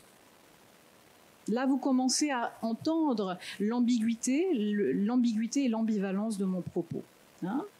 Donc, la première séparation, c'est une impulsion. L'enfant doit sortir de cette relation toute puissante, fusionnelle, d'une mère indistincte, totale, enveloppante. Il faut pour ça une poussée motrice, psychologique, qui va amener l'enfant à perdre gros, sans savoir réellement ce qu'il gagne. Différentes expériences de perte continueront à s'installer dans la vie psychique. Freud en parle à travers le complexe d'Oedipe notamment, autre gros pourvoyeur d'angoisse. Là, j'ai une petite pensée pour les étudiantes en psychologie. L'Oedipe est un classique, il fallait absolument que je puisse le positionner. Donc, on en est là, on en est dans cette trajectoire. Donc, si vous comprenez bien, la première trajectoire de l'être humain est une trajectoire de dépendance. Et moi, j'ose à dire dans mon travail que nous entrons dans la vie par le biais de la dépendance, nous y sortons par le biais de la dépendance, et finalement, la parenthèse entre les deux est assez courte. Elle est intense à vivre, mais elle est assez courte. Voilà, donc ça c'est une donnée extrêmement importante. La relation est affaire de besoin, l'ajustement est affaire d'ajustement, d'accointance, de congruence avec la mère, et l'angoisse vient marquer un premier ajustement au réel. Alors, comment cela s'étaye-t-il ? Tout ça passe par le corps et par la peau. Didier Anzieux, qui est un théoricien très célèbre pour son concept de moi-peau, nous explique que la limite, c'est la peau. C'est ce contenant qui stocke la nourriture, les besoins, les insécurités. Sa part merveilleuse est qu'il peut aussi filtrer les rapports avec le monde. Il les filtre. Et ensuite, il les délimite. Le corps, la peau, c'est notre médiation au monde. Merleau-Ponty, phénoménologiste de premier ordre, a repris ses travaux d'Husserl et nous montre que l'ancrage dans le temps et dans le corps sont nos premières relations à l'autre. Nous bougeons et nous nous connaissons parce que nous entrons en relation. Ça, c'est une donnée très très importante. Et pourquoi nous parlons de tout ça aujourd'hui? Parce que la douleur vient s'inscrire dans la relation à la limite, dans la relation à la peau. C'est une fixation par excellence. La douleur vient marquer un inénarrable, la narration n'est pas possible, l'énonciation ne peut se faire, il faut transférer l'angoisse, parfois par l'agir. Freud nous disait d'une douleur morale naît une douleur physique. Ça, c'est les dimensions de la conversion que l'on connaît très bien en psychiatrie. Mais ramenons les choses à leur juste valeur. La douleur, comme vous l'a expliqué ma collègue, est un état de tension qui est interne, mais qui est aussi externe. Et quand la demande de traitement est là, qu'elle est mesurée, il faut pouvoir la traiter. Mais comme vous l'avez compris, de nombreuses douleurs résistent, appellent autre chose parfois, une forme de lien qui ne se dit pas. Donc la douleur vient contenir parfois quelque chose de plus douloureux, de plus insubmersible, qui est la force de la conflictualité psychique, la force de la souffrance psychique. Et elle s'exprime dans un point de tension, par effet de déplacement, par effet de contenance. Si vous voyez bien de quoi je vous parle bien d'une désir qui représente, dans un endroit douloureux, un lien qui permet à toute l'ossature émotionnelle et psychique de l'adulte de tenir. Moi, j'aime bien dans mon travail, quand je fais de la formation, expliquer que le psychisme, puisque la limite du corps, c'est une chose, mais ça couvre aussi la limite de notre organe psychique. Le psychisme, c'est un peu comme une gourde. Ça s'agite. On peut l'agiter en permanence. Toutes les émotions, y compris les plus inconvenantes, la souffrance, l'aigreur, la tristesse, la colère, peuvent s'agiter sans problème, à partir du moment où il y a des limites. Quand il y a des brèches, quand la limite n'existe pas, tout se répand. Et là, on entre dans une autre dimension, la dimension de la souffrance. La souffrance, c'est la définition parfaite de ce qui est hors champ, hors cadre. Les limites se fissurent, l'affect douloureux domine et envahit tous les aspects de la vie de l'être humain. Sa vie relationnelle, sa vie intellectuelle, sa vie émotionnelle, mais aussi les dimensions interactives qu'il peut avoir, familiales, sociales, professionnelles. C'est ça la souffrance. D'ailleurs, Ricoeur le dit bien, puisque Ricoeur a beaucoup travaillé la question de la souffrance, et il nous dit que c'est une conscience vive, presque exaltée de nous-mêmes. Une conscience de ce qui ne peut plus. Une conscience de notre finitude, de notre condition de vulnérabilité. Parce qu'en tout homme, il y a une condition de vulnérabilité qui est ontologique. Ontologique, c'est-à-dire qu'elle est propre à la nature humaine. Mais elle est aussi phylogénétique, c'est-à-dire que cette condition de vulnérabilité, nous la transmettons de famille en famille, de généalogie en généalogie. Et c'est pour ça qu'il est important de penser la relation dans sa dimension directe, mais aussi dans sa dimension sociale, dans sa dimension de groupe. C'est indispensable.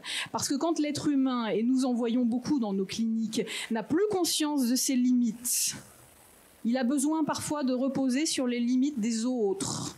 Et l'autre, c'est le soignant, dans ce qu'il figure de la représentation du secours, du sauveur. Attention, ici nos limites sont en exaltation. Elles sont parfois surestimées et elles nous convoquent également dans nos identifications personnelles. La pensée peut parfois, ou l'attente, être tyrannique vis-à-vis du soignant. Aidez-moi à mourir. Aidez-moi à mourir. Quelle épreuve de force, quelle épreuve de relation qui est celle d'entendre cette limite et de la recevoir. Donc, on a bien une dimension ici qui est très très importante. Je vous ai fait des slides, je me rends compte que j'ai pris beaucoup de temps et qu'elles ne sont pas forcément très exploitées, mais c'est pas grave, vous verrez le travail. L'important, c'est qu'on puisse se représenter tout ça tous ensemble. C'est qu'à un moment donné, la limite, comme je vous l'ai dit, si elle n'existe plus, il faut aller la trouver. Soit chez l'individu qui est en face de vous, qui lui-même a ses propres complexités. Vous voyez, ma collègue utilisait tout à l'heure la notion de miroir. Un miroir, ça réfléchit l'image. Mais parfois, la lumière et les ondes ont besoin d'être diffractées, c'est-à-dire qu'elles contournent l'obstacle. Et ça, en milieu de santé, dans nos systèmes de santé, on sait très bien faire, contourner les obstacles. Ce sont des mécanismes de défense. Comme vous l'avez bien compris, la douleur est aussi un mécanisme de défense. Alors quand des mécanismes de défense se rencontrent, qu'est-ce que ça donne? Un joyeux bazar. Ça donne beaucoup de complexité. Parce que s'il y a bien quelque chose que l'inconscient vient questionner dans nos systèmes, c'est nos tranquillités respectives. Par essence, l'inconscient, c'est de l'intranquillité. Et ça, le système de santé a beaucoup de mal. Donc, je veux continuer ce propos très brièvement parce que je vais laisser ensuite la main à ma collègue qui pourra expliquer tout ça, reprendre tout ça. Mais ce que vous devez bien comprendre, c'est que la question de la limite est ici essentielle. Si l'individu ne peut plus exploiter les siennes à travers une douleur qui est un signal d'un mal-être profond, qui vient commencer à circonscrire une existence, dire que cette existence existe, qu'il y a une coexistence de quelque chose. Quand ceci ne fonctionne plus, quand ceci est débordé, on rentre dans la grande souffrance. Cette grande souffrance a besoin également d'un réceptacle. C'est l'écoute de l'autre, la dyade, la relation. Le problème, c'est que vous avez bien compris que parfois le patient vient réparer quelque chose qui n'est pas réparable, parce que beaucoup trop ancien. Ça remonte à nos premières expériences de la perte. Je vous en ai cité deux, la naissance et la séparation d'avec la mère. Il y en a beaucoup d'autres. Notre rapport à la perte vient conditionner notre rapport au corporel et à la souffrance. Dans ces cas-là, nous attendons beaucoup, beaucoup, beaucoup du soignant. Trop parfois. Ricoeur disait que la parole du souffrant est trop, la demande est trop importante. Sur quels critères vient-elle nous saturer ? Sur un critère de moralité, notre tolérance à supporter éthiquement le souffrant, ou sur un critère de compétence, parce qu'elle vient mettre en échec nos propositions thérapeutiques. Que vient-elle mettre en échec? L'exercice même de la subjectivité. Dans les hôpitaux, nous avons tendance aujourd'hui à tout rationaliser. La douleur est évaluée sur des critères très complexes, des échelles, ce qu'on appelle des hétéro-évaluations. L'échelle du regard de l'autre. Évidemment, elle convoque un patient clair, indépendant, univoque, surtout pas ambivalent. Et croyez-moi, l'ambivalence, quand on est dans la souffrance, ou l'ambivalence humaine tout court, est une donnée essentielle de notre construction. L'ambivalence, c'est toujours oui, mais. Non, mais. Oui, je veux être soulagé, mais. Il y a toujours besoin de se ménager une marge de manœuvre. Cette marge de manœuvre est essentielle et c'est de ça dont nous devons être respectueux. Où est la marge de manœuvre du patient qui chemine dans sa souffrance? Où est-elle? Ça, c'est un essentiel que nous avons à considérer. Et le soin permet de venir construire des limites ensemble. Nous ne fusionnons pas avec les limites du patient, nous lui imposons pas les nôtres, nous allons construire des limites ensemble, par le toucher, par le regard, par la reconnaissance de la dignité, par le temps et la disponibilité que nous engageons vis-à-vis de l'autre. C'est indispensable. J'insiste bien sur ces dimensions. Une présence incarnée, une disponibilité dans l'ici et maintenant. Ça, c'est indispensable. Alors, si j'ai encore un tout petit peu de temps, parce que je n'ai que 20 minutes pour vous présenter toutes ces notions autour de la limite, puisque je ne m'arrête qu'à la limite, j'aimerais vous parler d'un petit cas clinique que j'ai en ce moment et qui me travaille beaucoup, qui m'agite moi-même dans mes limites. On pourrait évidemment discourir des heures de tout ça, mais je m'arrête sur une petite vignette. J'ai accompagné il y a peu un patient assez jeune, une quarantaine d'années, bien engagé, 3 filles, 3 jeunes filles, une épouse soignante, lui-même ancien soignant, aide-soignant dans les hôpitaux parisiens de premier plan, et suivi chez nous dans le cadre d'une prise en charge complexe puisque souffrant d'un cancer du pancréas métastatique. Patient jeune, connaissant le milieu de la santé, engagé familialement avec des enfants assez jeunes, nous avons ici différents niveaux de complexité qui s'appréhendent. Le patient est extrêmement douloureux. Il est suivi par l'équipe mobile de soins palliatifs que je représente aujourd'hui dans le cadre d'une douleur réfractaire. Cette douleur s'installe à plusieurs endroits et ne le lâche pas, ne lui donne aucun répit psychique. Il est d'ailleurs régulièrement hospitalisé pour des prises en charge douloureuses. Douleur. Et la complexité de cette prise en charge, c'est que le monsieur est dans une colère systématique. Rien n'est jamais bon, rien n'est jamais suffisant, rien n'est jamais plein, rien n'est jamais entier pour lui. La critique de l'autorité médicale est permanente. Il cherche le détail, piège les soignants, invective dans les couloirs. Il devient une vraie problématique pour les services qui l'accompagnent, au point d'engager un transfert en USP afin de permettre un répit.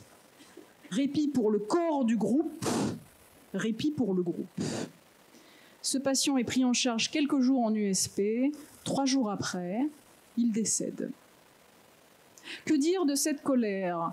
Que dire de cette souffrance? Ce patient me livre un texte lors de nos 4 rencontres. Il me dit qu'à 3 ans, et je vais faire très vite, il me dit qu'à 3 ans, il est placé dans une famille d'accueil. 2 de ses sœurs restent dans le foyer familial. Le père est violent. Il essaie de se rapprocher à l'âge de ses 17 ans, après être sorti d'un internat. Il essaie de se rapprocher de son père. Il donne beaucoup d'argent à sa famille, souvent déçu, car le lien ne se répare pas. Il m'expliquera que sa mère n'est qu'une bouche.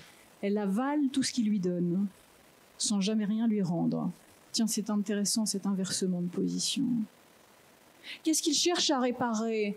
Des autorités auxquelles il a été confronté dans les internats, ambivalentes, insécurisantes, aléatoires. Il n'avait même pas l'occasion de porter ses propres vêtements. C'était les vêtements d'autres enfants. Il me dit s'être senti dépossédé de lui-même. Et ici, là, la douleur vient incarner quelque chose. La colère appelle une relation, une expertise désirée. Elle est systématiquement mise en échec. Mais elle est demande. Y a-t-il une demande à entendre? Certainement. Qu'est-ce qu'elle vient dire du sujet? Ça, c'est une autre question.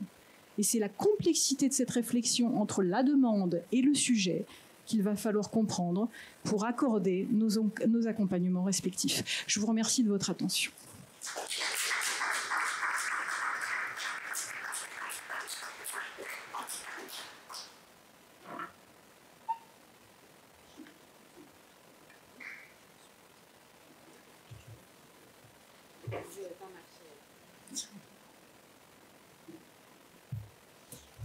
Merci Charlotte. Bonjour, moi je suis Eugénia Caceres, je suis psychologue. Je travaille en réanimation à l'hôpital Saint-Joseph et j'anime aussi des groupes de parole. C'est pour ça que j'étais en retard, mes excuses. Voilà, donc j'ai loupé la première partie d'intervention de ma collègue. Alors, je ne sais pas si j'imagine que oui, mais si les psychologues passent après le médecin, c'est parce qu'elle a bien parlé du soulagement de la douleur. Et je ne vais pas remercier Blandine Ambert qui demande de parler de la souffrance et de la douleur en 20 minutes. Non, non, pas merci, mais du tout, quoi. Alors, douleur et souffrance, c'est un sujet large, bien évidemment, hein, vous avez bien vu. La douleur, c'est cette expérience subjective, émotionnelle, sensorielle, c'est ce son, ces sensations, ce vécu corporel. Hein. Sigmund Freud dit la douleur plutôt comme la foudre, car elle est imprévue. Alors, la douleur, il faut qu'on dise, elle est réelle, elle est effraction, et elle est irruption psychique. La souffrance, quant à elle, pour continuer cette métaphore freudienne, on parle plutôt d'une tempête. Pourquoi? Parce que la souffrance, elle est plutôt globale, c'est un ensemble. Et Charlotte parlait des limites. C'est quand le sujet parle un peu de ses séquelles psychiques. Pour qu'il y ait souffrance, il faut qu'il y ait élaboration de l'angoisse. L'angoisse n'est pas la souffrance, l'angoisse n'est pas un affect, ça on le verra plus tard. Alors, ce n'est pas donc la souffrance, ce n'est pas donc la perplexité de l'angoisse ou de la douleur, ce n'est pas cette sidération psychique. Hein. La souffrance, c'est plutôt une élaboration symbolique de cette effraction qui, elle est psychique. Quand est-ce que la douleur donc devient souffrance? Quand est-ce que cette souffrance, elle fait mal dans le corps? Quand est-ce que cette souffrance, elle devient douleur? Vous voyez bien, hein, j'imagine que le docteur vous a parlé de plusieurs exemples. En fait, le sujet, il est vaste, il est large, il englobe des multiples facteurs et variables qui viennent intervenir dans cette situation qui est douloureuse et qui est souffrante. Donc, quand on parle de la douleur, il y a plusieurs exemples de la douleur. C'est pas que la maladie grave, évolutive et terminale qui fait mal. Dans la vie, comme disait Charlotte tout à l'heure, nous avons plusieurs expériences de la douleur. Il y a ces douleurs qui peuvent être défense, cette douleur qui protège l'organisme. On voit bien l'exemple de cette main qui s'approche de la chaleur et qui évite une brûlure. Il y a aussi ces douleurs qui sont plutôt assimilées, qui sont plutôt parfois désirées, comme celle d'un tatouage. Ce sont des douleurs quelque part choisies puisqu'il y a un objectif derrière. Il y a les douleurs qui nous interrogent beaucoup, hein, c'est les douleurs des sportifs, où il y a une motivation, où il y a une préparation psychique qui est un élément quand même protecteur.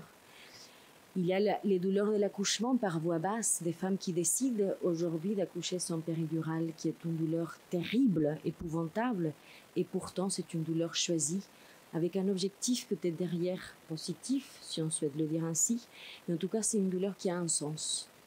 Alors, il y a tous ces ressentis algiques aussi qui vous habitent quotidiennement. Hein. Ces ressentis algiques qui sont en lien avec une longue journée de travail, une fatigue, devoir parler de la douleur et de la souffrance en 20 minutes. Voilà. Deuxième fax. Voilà, mais en tout cas, il y a plusieurs types de douleurs. Il y a aussi les douleurs chroniques. Les douleurs chroniques qui nous invitent à travailler le sens de la douleur. Quand le corps exprime l'indicible, quand cette douleur vient finalement traduire une souffrance, elle psychique certes, mais bien plus ancienne, bien refoulée. Ces douleurs qui apparaissent quand il y a une impossibilité de décharge pulsionnelle.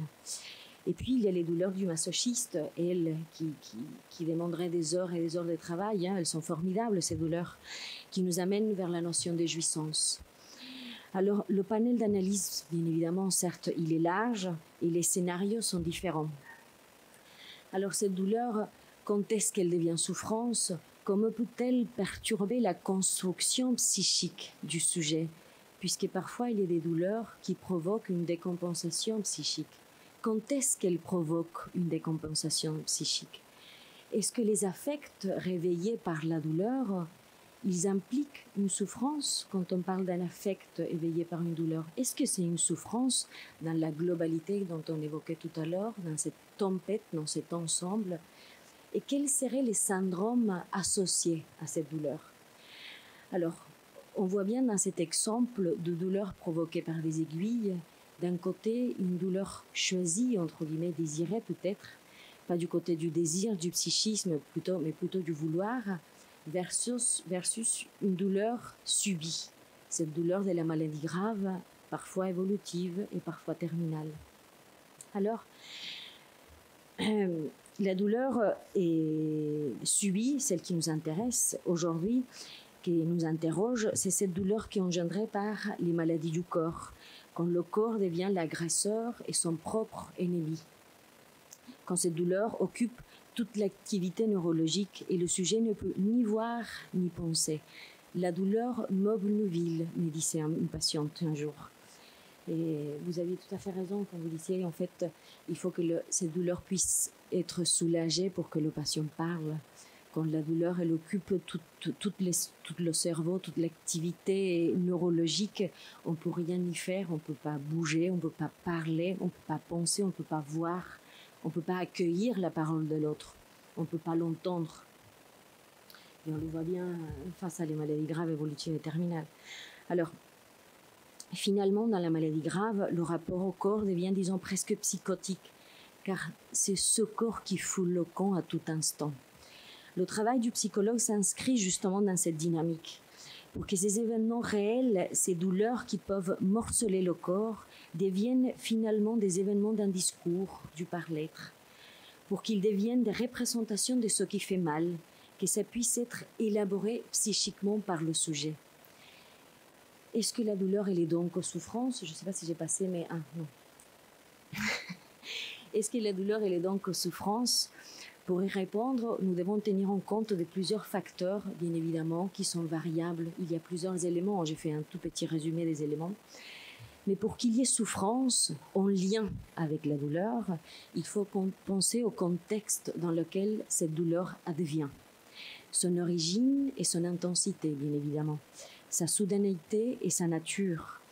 Il faut penser au seuil douloureux. Lui, il est extrêmement subjectif. Le caractère quantitatif, mais aussi qualitatif de cette douleur, de cette expérience douloureuse qui s'inscrit dans un corps qui a un vécu. Il faut penser à la confrontation au réel de la mort, ce néant qui n'est pas représenté dans l'inconscient. Est-ce que cette douleur est une douleur mortifère? Est-ce que cette douleur, elle réveille des angoisses des morts? Et donc, savoir s'il y a angoisse et tentative d'adaptation pour le sujet, ou bien s'il y a effroi, inertie cognitive, dont les défenses du sujet sont finalement débordées. Il faut penser à l'économie psychique du sujet. Il faut penser à l'homéostase interne freudienne. Il faut bien évidemment, quand on pense à tout ça, il faut évaluer les antécédents du sujet, les comorbidités entre guillemets, qui sont les facteurs de risque du sujet. Est-ce qu'il y a un syndrome dépressif plus ancien? Est-ce qu'il y a des douleurs ou des souffrances plus anciennes? Est-ce qu'il faut penser à la structure psychique lacanienne? Est-ce qu'on parle d'un sujet psychotique? Est-ce qu'on parle d'un sujet névrotique?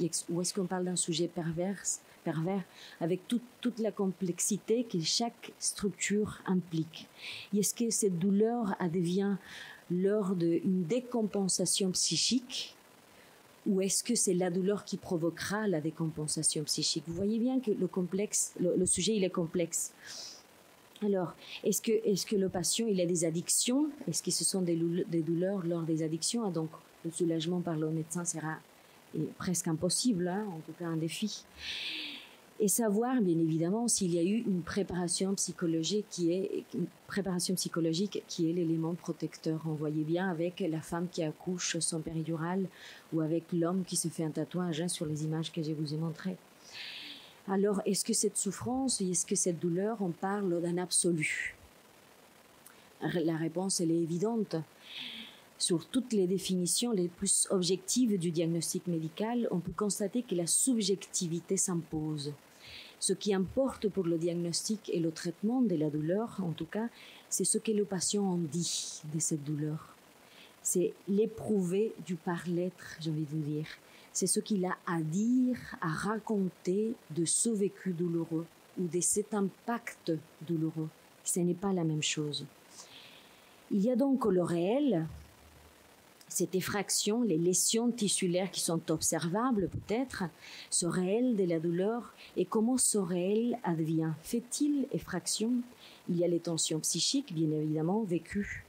Est-ce qu'on parle d'une angoisse, d'une perplexité ou d'une adaptation, comme je vous ai dit tout à l'heure, ou plutôt d'un effroi et d'une sidération psychique?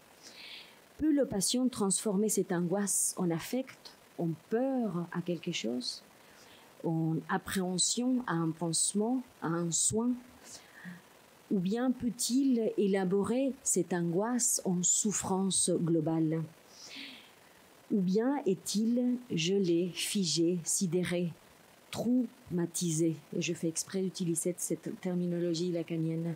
Parlons alors de cette douleur et de ces traumatismes. Je vous ai dit, je suis psychologue en réanimation, forcément je vais vous parler de ma clinique aussi, bien subjective et bien individuelle, à la fois collective car le regard de l'autre s'impose. Cette lésion tissulaire, cet excès de stimuli, ce message transmis par les nerfs inscrira une réponse, parfois traversée par le langage, et elle sera souffrance, parfois trop réelle, et elle sera traumatisme. Douleur et traumatisme alors. On voit bien dans les patients de réanimation, nombreux auteurs et nombreuses références psychanalytiques abordent la douleur de l'homme, l'humain comme souffrant et douloureux. Car finalement, c'est la perte de l'objet primitif, disait tout à l'heure Charlotte, qui inaugure l'humain. Alors, est-ce que sans douleur, il n'y a pas d'humain? Alors, sans douleur, sans ressenti algique, il n'y a pas de sujet? Et si l'homme s'efface finalement, si cette humanité s'efface finalement par ce corps qui est trop douloureux, par ce corps qui fait trop mal, qui est trop médicalisé, on le voit bien sur cette image, mais qu'il y a-t-il de la douleur qu'au moment du choc traumatique empêche la survenue de l'angoisse, cette dernière ligne de défense du par excitation? Mais qu'il y a-t-il de la douleur qui provoque cette effraction psychique? Et à la place de cette angoisse, c'est l'effroi qui ne signale ni prépare à rien qui apparaît. Comment comprendre les branlements psychologiques des patients en réa, ces patients qui sont intubés, sédatés, curarisés, dialysés, ces patients qui sont pour certains sous ECMO, c'est une machine terrible, horrible à voir, et à la vivre encore pire, c'est ce truc-là que je vous ai mis sur la première photo qui fait mal. Qui sont sur une période parfois plus courte, parfois plus longue, dans un coma artificiel. Et qu'au réveil, ces patients sont toujours contentionnés au lit. On se retrouve attaché dans un lit médicalisé, intubé, on a un tuyau dans la bouche, on a une sonde gastrique, de la sonde d'alimentation, et puis des milliers d'électrodes et d'autres tuyauteries qui vous permettent de survivre. Qu'est-ce qui se passe pour ces patients dans ce milieu qui est extrêmement agressif? Parce qu'il n'y a pas seulement ce que le corps vit, il y a aussi ce que la vue voit, ce que le patient regarde et ce qu'il entend. Il y a cette luminosité qui est extrême et cette nuisance sonore. Ça bip constamment en chambre. Alors, et je me suis perdue dans mon truc. Bon, voilà. En tout cas, ces corps qui sont odémaciés puisqu'ils sont remplis, troués par des KTA, par des KTC, par des sondes, par des plaies. Au réveil, ces patients, ils ont le mal, ils ont soif et ils doivent respirer par une paille car ils sont toujours intubés. Ils doivent tousser avec cette intubation et cette sonde d'alimentation. Ça fait mal. Ils ne savent pas pourquoi ils sont là. Ils ne savent pas non plus où ils sont. Ils ne savent pas non plus pourquoi cette torture. Je vous parlerai tout à l'heure du trou de la réanimation qui est en lien avec ce que je suis en train de dire. Il y a aussi les proches épuisés après autant de nuits blanches que réveil des patients, lueur d'espoir, expriment leur peine auprès d'eux qui sont dans cet état-là. Je pense à Monsieur A, 67 ans, toujours en activité, marié, 4 enfants, qui le 13 mai et mars 2020 consulte son médecin traitant pour un syndrome pseudo-grippal et transféré en médecine interne car déjà oxygéno-requérant, est un peu ralenti quand même. Il est finalement transféré en réa le 15 mars pour une pneumopathie à SARS-CoV-2. Dans la nuit du 16 mars, le président de la République annonce la gravité de l'épidémie et le début du confinement, le 17 mars 2020. Remettez-vous dans ce contexte. Monsieur A, ce jour-là, était déjà dans un coma artificiel. Lors de son séjour en réa, Monsieur A fait 3 PAVM, pneumopathie acquise sous ventilation mécanique. Sur le plan rénal, une insuffisance rénale aiguë, anurique, nécessitant la réalisation de 20 dialyses, de 20 séances de dialyse. La dernière a eu lieu le 12 mai. Le confinement se termine le 11 mai. Sur le plan neurologique, il était toujours dans un coma alors qu'il n'était plus ni sédaté ni curarisé, bien évidemment. Plusieurs examens ont mis en évidence des AVC ischémiques et des lésions qui évoquaient des mécanismes hypoxémiques. Il est ainsi transféré en réa neurologique à Sainte-Anne pour un bilan étiologique et pronostic du coma, pour savoir s'il fallait démédicaliser sa prise en charge et faire un arrêt des thérapeutiques actives ou continuer à maintenir en vie ce patient qui depuis 3 mois était dans un coma non artificiel. Entre le 13 et le 16 mai, l'évolution de M. A est plutôt favorable. Il se réveille vers le 20 mai avec des réponses aux ordres simples. Bien évidemment qu'il y avait une neuromyopathie derrière la réanimation. Vous savez, ce corps qui est beaucoup trop lourd, ces muscles, cette perte musculaire majeure, ils ne peuvent plus bouger. Il était trachéotomisé pour un sévrage ventilatoire. On voit bien la surmédicalisation de ce corps. Le 25 mai, je retrouve pour un petit entretien M. A qui est assis dans un fauteuil toujours démacié, avec une trach qui dérange, qui est inconfortable et qui parfois fait mal. Il est sidéré, ce patient. Cet homme est dans une sidération psychique totale. Il ne comprend rien. Il y a cette inquiétante étrangeté qui est transmise par son regard. Ce corps qui est morcelé, qui lui est étranger. Son plus ancien souvenir, c'était chez lui, avec un syndrome pseudo-grippal. Il ne s'en souvient plus d'avoir consulté son médecin traitant. Il ne se souvient plus d'être allé à l'hôpital. Cette période des comas provoque une amnésie totale, ce qu'on appelle le trou de la réanimation. Les patients ne savent pas pourquoi ils sont là, ni qu'est-ce qu'on lui fait, pourquoi autant de tortures, hein, terme couramment utilisé en réanimation. Alors, ce qui était d'autant plus douloureux et souffrant pour ce patient, en tout cas qui réveillait beaucoup d'effroi, c'était le regard de sa famille. Pourquoi ? Parce que sa famille, ses proches, avaient vécu le confinement. Ses proches avaient vécu la maladie grave, évolutive et peut-être terminale de leur père.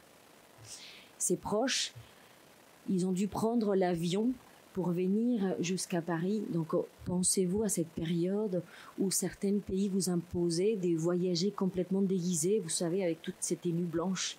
On les voyait débarquer comme ça, en réanimation, tous habillés en blanc, puisqu'à cette époque-là, on ne connaissait pas encore le virus. Lui, à son réveil, il ne comprenait rien. Ce corps lui était étranger. Il faisait mal, mais il n'arrivait pas à verbaliser par des mots cette douleur, ce vécu corporel. Début juin, il sera transféré conscient et communicant en SRPR pour la suite de la prise en charge.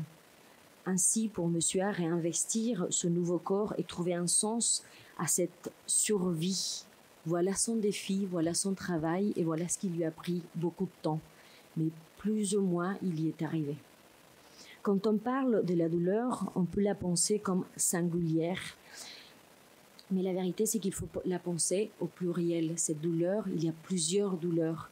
Le moment dont elle arrive, le contexte, je vous ai parlé tout à l'heure des facteurs variables. Alors, quel degré de pénibilité de ces douleurs au pluriel ? Son impact psychique éveillera peut-être des affects. Je pense à Colette Soler quand elle précise ce que Freud et Lacan ont travaillé, que ces affects sont bien conscients, non refoulés, et donc souvent trompeurs. Car son déplacement masquerait sa cause. On ne peut pas se fier aux affects quand on analyse un patient. Les mots, c'est ces ressentis algiques qui évoquent une journée de travail difficile, une dispute avec son conjoint, avec ses enfants. Les affects ne sont pas les alliés de l'inconscient, dit Colette Soler. Différence avec l'angoisse, elle, pour Lacan, l'angoisse, c'est un affect qui ne trompe pas. C'est une atroce certitude. Certitude de la survenue imminente d'un réel. La souffrance, quant à elle, elle est différente. Quand on souffre de son symptôme, de quelque chose d'élaboré par des signifiants. On souffre d'un insupportable dont on voudrait bien se débarrasser. Il y a du langage quand on souffre, on peut dire quelque chose. Et puis il y a les syndromes, que c'est bien autre chose. C'est le stress post-traumatique par exemple, ou le syndrome anxio-dépressif, qui sont malheureusement si récurrents en réanimation. Les chiffres, elles sont hétérogènes parce que les études faites sur ce sujet sont trop hétérogènes. La population étudiée elle est beaucoup trop large et en fait les facteurs variables à tenir en compte sont beaucoup trop variables, comme le dit le mot. Les facteurs de stress lors d'un séjour en réa sont nombreux. Ils sont bien évidemment pharmacologiques, métaboliques, mais il y a la douleur, il y a la confusion, il y a l'impossibilité de communication, il y a le bruit, la lumière dont je vous ai parlé tout à l'heure. Je pense à Madame A, 56 ans, veuve depuis août 2023. Elle arrive en réa en janvier 2024. Elle a 4 enfants, toujours en activité, consultation aux urgences pour des douleurs digestives, une perte de poids et une difficulté respiratoire. Après des multiples bilans, elle est hospitalisée en onco pour exploration d'un cancer de pancréas, si récurrent aujourd'hui, avec des métastases de partout et d'emblée très agressif. Quelques jours plus tard, elle dégrade sa fonction respiratoire et est transférée en réanimation.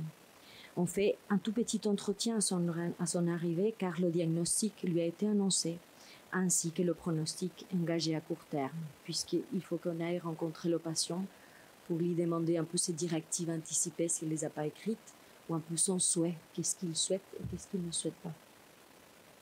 La difficulté respiratoire, elle était importante en lien avec la maladie, mais elle était aussi importante en lien avec cette angoisse. Et l'objectif de cette rencontre, il était uniquement de lui offrir un espace de parole et de créer le début d'une alliance thérapeutique. 48 heures plus tard, il est sédaté, curarisé, intubé, dialysé, traité pour des multiples complications en lien avec ses métastases, notamment cardiaques. À son réveil, on la rencontre assise dans son fauteuil, intubée, odémaciée, très sécrétante, inconfortable. Mais elle s'est dit non douloureuse.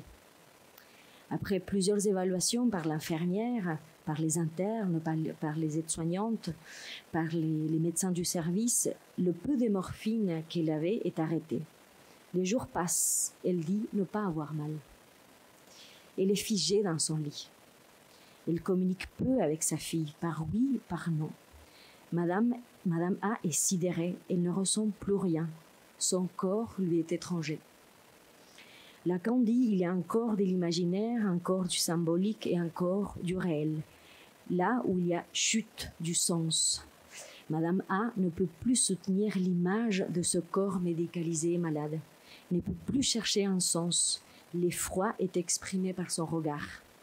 Dans ces rencontres en réa, on constate que la notion de souffrance n'englobe pas le vécu du patient. Le débordement, la chute du fantasme, la confrontation au réel de la mort du corps organique dépassent les ressources psychiques du sujet connues jusqu'à ce jour. L'angoisse fait place à l'effroi et l'autre conjoint, enfant, parent regarde aussi avec effroi. L'accompagnement, et j'ai envie de dire la croyance de l'efficacité de la parole dans cet accompagnement a tout son sens. Qu'est-ce qu'on fait, nous, psychologues, là-dedans? Dans ce monde technique où tout est chiffres, études randomisées à double aveugle, expertise, certitude, course contre la montre, pronostic vital engagé, décision éthique des vies ou des morts, d'où pour le patient, du côté du patient, douleur, inconfort, étrangeté, hallucination, délire, persécution. Aucune théorie n'ose servir de guide pour affirmer ce qu'il est nécessaire de dire ou de faire afin d'aider le patient. Et je pense à l'étudiante. Alors, il faut qu'on parle des trois, et j'ai envie de dire les trois axes de réflexion. L'alliance thérapeutique, bien évidemment. Le plus important m'a toujours semblé d'être un premier contact empathique, tout simple. D'homme à homme, de femme à homme, de femme à femme. Rencontrer l'autre en tant que sujet. Dans une visée de reconstruction subjective par l'efficacité de cette parole. Introduire du symbolique, introduire une histoire. Faire parler et faire sortir psychiquement de cette réanimation ce patient qui souffre, qui a mal, mais qui ne ressent plus rien. Il y a des multiples facettes de la douleur et de la souffrance. Mais pour cela, oui, il faut que je termine. Mais pour cela, il faut que le patient puisse dire, revenir au symbolique, à la langue. Et pour cela, il faut du temps. Sigmund nous dit bien que le temps psychique n'est pas le temps réel. Voilà l'importance de la pluridisciplinarité. Ce travail de reconstruction subjective se fait auprès du patient, bien évidemment, mais aussi des soignants pour que ce corps malade devienne un sujet, une histoire racontée, pas des organes défaillants à soigner, ni des pansements à refaire, mais plutôt un sujet à part entière. Ainsi, l'équipe soignante pourra à leur tour aussi aider à la reconstruction subjective, introduire de la parole et du symbolique. Et auprès des proches, bien évidemment, pour leur rappeler le rôle, les liens, l'attachement qu'il y avait avec cette personne, cet homme, cette femme malade aujourd'hui. Quand je rencontre une famille, je dis souvent, l'objectif, c'est juste de faire connaissance, et de faire connaissance de votre mari à travers vous, de votre femme à travers vous, qu'il y ait une histoire qui se raconte. Il faut faire parler. Inscrire les acteurs, patients, proches, soignants dans cette gymnastique de la parole. Il faut aussi informer, bien évidemment, car ce monde de l'arrêt est un monde parallèle où le temps est suspendu. Informer que la douleur et l'anxiété ne seront pas complètement soulagées, malheureusement. Car la priorité, c'est l'extubation. Il faut qu'il respire, il faut qu'il sécrète. Et ce n'est pas comme en soins palliatifs, on ne peut pas augmenter les doses sans limite. Le fauteuil est douloureux. Être assis dans un fauteuil pour un patient est douloureux, mais il est nécessaire. C'est la première phase de la rééducation. Le décubitus ventral est douloureux, il est anxiogène, mais s'il fonctionne, le patient s'en passera de l'intubation. Les hallucinations, le délirium de l'AREA, ce sont des symptômes post-coma, c'est la normalité. La douleur et l'effroi seront là. Il faut éviter l'incompréhension. Si la prise en charge tant physique que psychologique sont plus ou moins correctes, s'il y a un véritable accompagnement, les personnes pourront retrouver peut-être un équilibre de vie. Cette reconstruction subjective demandera beaucoup d'énergie et de temps. Cette image corporelle sera reconstruite, différemment certes. Souvent, ces douleurs de l'effroi deviendront des douleurs chroniques et donc peut-être une souffrance. Cet effroi qui sera peut-être un syndrome anxio-dépressif ou peut-être un PTSD, avec beaucoup d'analyse et de travail, pourra peut-être se transformer en souffrance. En tout cas, voilà l'importance de la reconstruction par la parole et le travail qu'il est nécessaire de faire auprès de ces patients qui sont trop douloureux et dans l'effroi. Merci.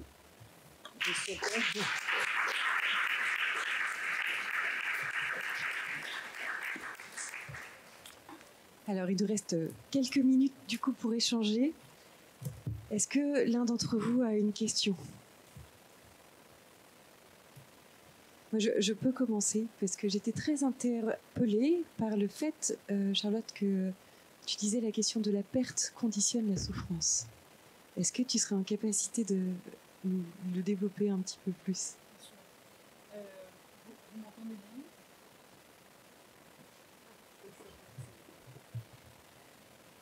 Merci beaucoup. La perte, comme j'essayais de l'expliquer sur un temps extrêmement court, parce que tout ça est une écriture à plusieurs voix et à plusieurs temps, la perte, c'est l'entrée essentielle dans la finitude et dans la vulnérabilité. C'est ce qui nous rappelle constamment que tout peut s'effriter à tout moment. Et Freud utilisait une métaphore assez intéressante. Vous voyez, c'est là que je me dis qu'on pourrait remplir tout ça d'un peu plus de clinique, mais Freud utilisait une métaphore très intéressante quand il parlait du vase brisé. Il expliquait que quand on jette un vase, qui serait l'équivalence de notre psyché, donc de nos limites fantasmées, de nos limites effective et ressentie, il ne se brisera uniquement qu'à l'endroit des limites et des césures dans ce vase. Donc les pertes, le ressenti des pertes, c'est très complexe parce que c'est l'entrée même dans la vie. Et quand on perd l'autre, l'objet aimé, on perd une partie de soi. On perd une partie de son être. C'est probablement le challenge le plus difficile que nous ayons à porter. C'est ce que la souffrance finalement nous rappelle, sans faire acte de vertu à cette démarche. Elle n'est pas forcément vertu, elle est simplement naturelle. Et c'est un prélude, on pourrait le développer davantage, mais c'est un prélude essentiel qu'il faut savoir se rappeler. Moi, je vous parlais tout à l'heure d'une clinique qui est tout à fait différente, c'est la clinique du soin palliatif. Dans le soin palliatif, la finitude est constamment appréhendée par le corps soignant et par le corps parlant. Et c'est une limite qui est très très complexe parce qu'elle réactive beaucoup d'angoisses passées pour lesquelles nous essayons de donner simplement du symbole, de l'imagerie, de l'imaginaire, parfois du fantasme. Et c'est ce qui permet probablement de venir contenir toutes ces angoisses. Zaltman, qui est une théoricienne très connue, qui a travaillé sur la clinique de l'extrême, celle des camps de concentration, nous disait que la terreur, le traumatisme, c'est probablement la première matérialité de la mort. Là est peut-être le prix de la perte. Symbole, réalité, chacun fait corps comme il peut. Je vous laisse maturer sur tout ça. Eugénia, Charlotte, Marine, merci, parce que je suis désolée pour la part de douleur et de souffrance infligée pour vous dans la préparation, mais je dois vous avouer que pour nous, vous avez été des trésors parce que vous nous avez permis de toucher peut-être un peu plus ce mystère et aussi peut-être de pouvoir nous rendre témoins du tissage que vous faites auprès de chaque histoire unique pour essayer de les accompagner. Et pour ça, vous avez notre reconnaissance parce que effectivement, vous avez un mandat de soignant pour pouvoir accompagner la douleur et la souffrance. Et effectivement, cette question nous concerne tous et qu'elle nous lie à la fragilité et à la vulnérabilité. Et merci beaucoup d'être venu dire, parler, raconter pour essayer de faire sens avec nous et parfois de faire non-sens parce que c'est le chemin.